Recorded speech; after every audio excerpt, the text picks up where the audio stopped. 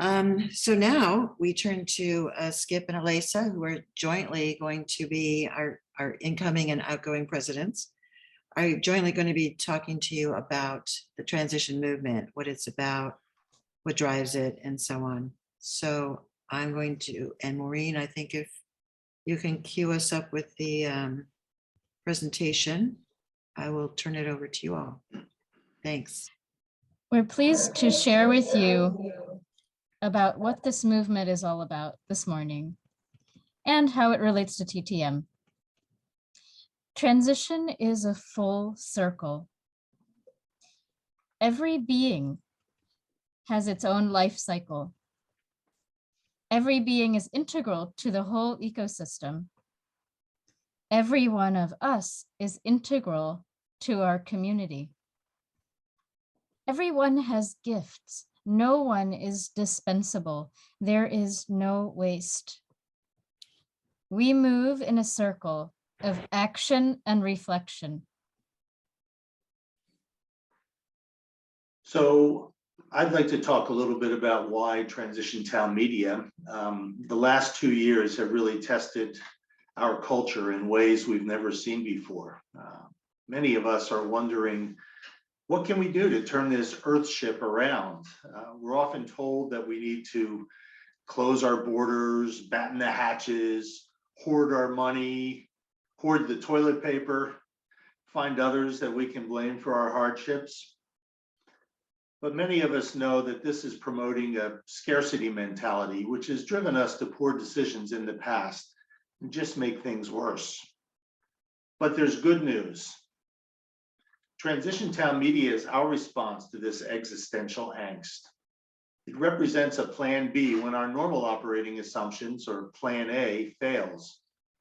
So we're grounded in local solutions, and TTM seeks to shift our thinking to an abundance mentality. We reframe the focus of our community to focus on those underappreciated resources we have in abundance. Things like caring neighbors, a fertile environment, eager to grow back many of the things that we've lost. The sun, a vibrant local economy, and of course, ourselves.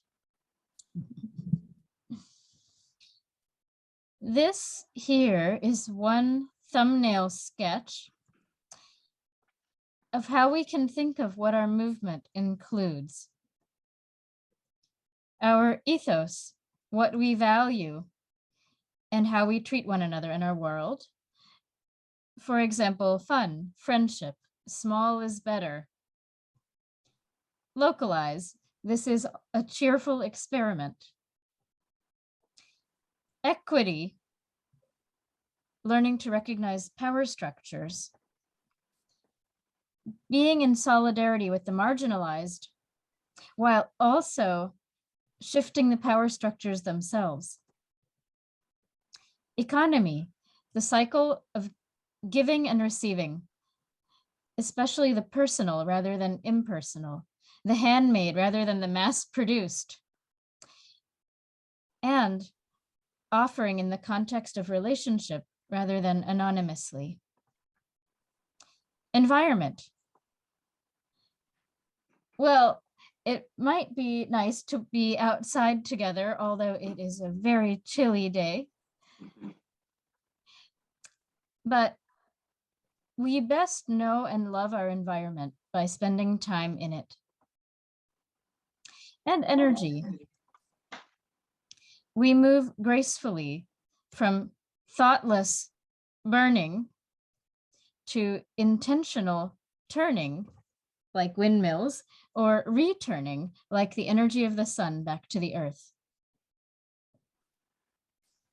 So let's take a moment to consider how Transition Town Media might show up in our lives as individuals and as a community.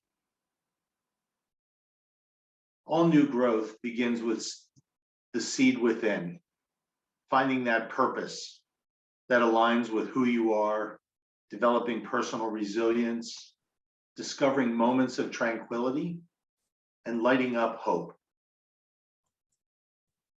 Those powerful attributes might show up as we volunteer for community projects, make changes to our home and our yard, make changes to how we reduce, reuse, and recycle.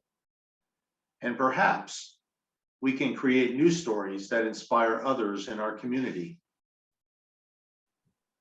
Across the community, we will dream together, share together, heal together, and grow together, reintegrating ourselves as part of the circle of nature.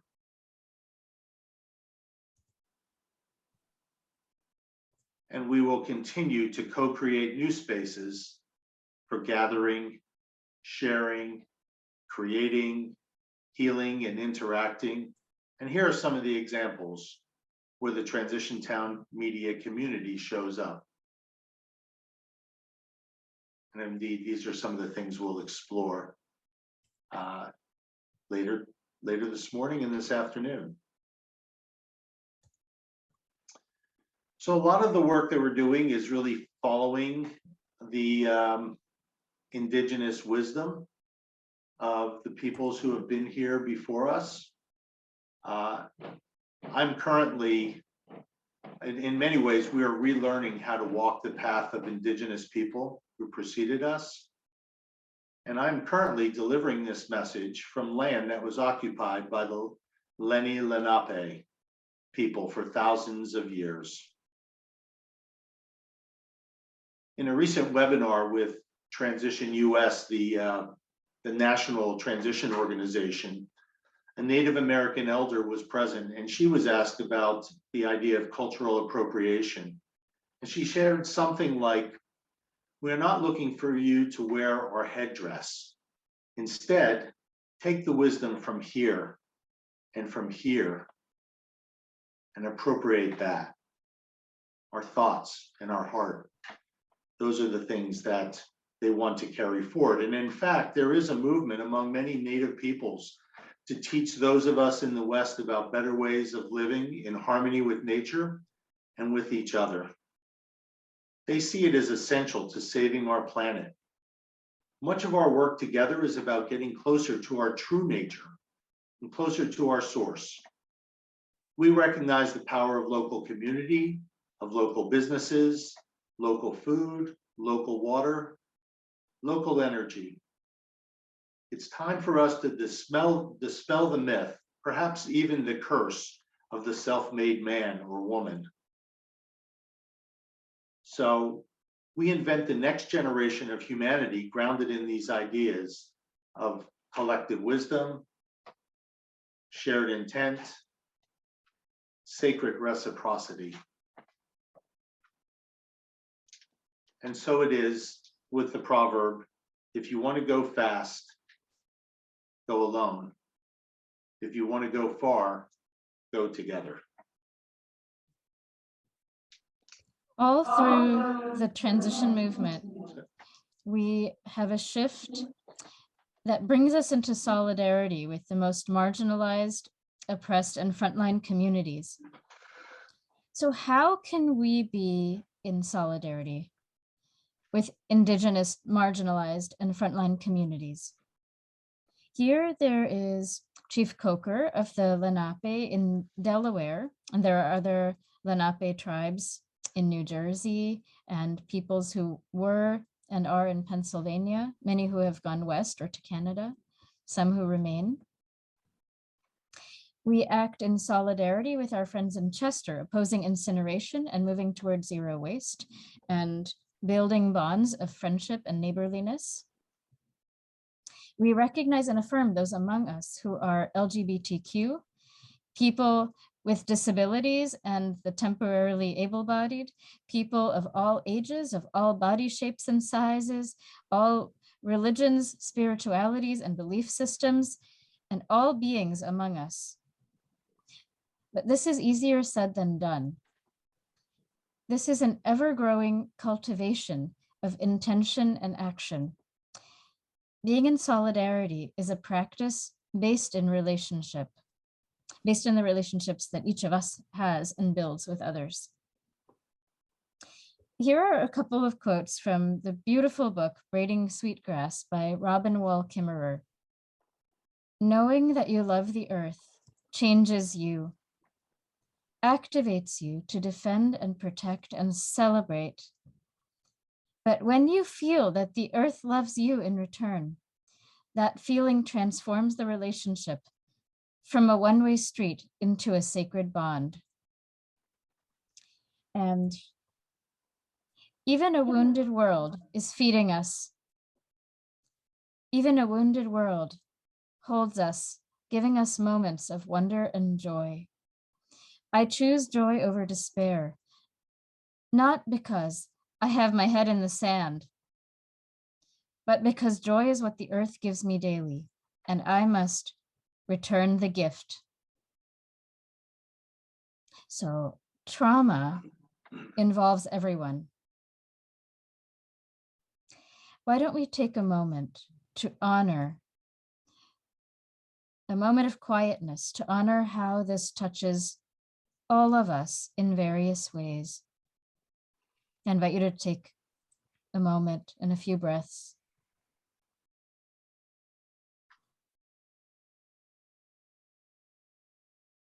We all hold wounds inside us. And there are also collective traumas experienced by groups, by peoples, tribes, communities. And when it comes to trauma awareness and healing, there is a difference between coping and healing. Coping helps people get by, helps people function better under difficult conditions. Healing, on the other hand, changes the very conditions out of which the trauma springs. If our traumas include fear, unwellness, loneliness, loss, and disconnection, how can we change the conditions from which these arise? Our work at Transition Town Media falls into many categories. Consider the following. First of all, support. Whether it's preparing for emergencies, to sharing wisdom about biodiversity, to helping each other through inner spiritual transformation, support is a really important aspect of Transition Town Media's work. And at this challenging time, so many people are suffering. We want to create support for healing. Also, connections. Now, Alisa is going to speak to some of the important connections for our movement in a moment, but our connections to each other create a sort of super brain that we can all tap into. And infrastructure. Yeah, we're actually creating infrastructure. We build our own resilience through gardening, tool sharing, free stores, and localizing projects like those around solar energy. And finally, experiment. You know, for me, one of the most delightful things about Transition Town Media is how we hold everything very lightly. There's not a lot of pressure. We don't look at failures as such, but we look at them as opportunities for us to learn about what doesn't work well. And when things do work well, we know where we can put additional energy. As Skip mentioned, this movement extends from the local on out through the world. So our local initiative, Transition Town Media, is part of a regional hub, the Mid-Atlantic States Transitioners, MAST, and also part of a national hub, Transition US. At the national level, there are working groups as well. Currently, there are groups for inner resilience, which I highly encourage people to find out about, as well as politics and policy, which has been a very active group, and there are more forming at the national level. There are, from these hubs, resources available, webinars, trainings, and a wonderful newsletter. So you can stay connected with people all over the world. And currently, Transition US has just launched a 3-year Regeneration Nation campaign to catalyze and spur transition efforts in communities all over the country. Out of all of this, we have much to dream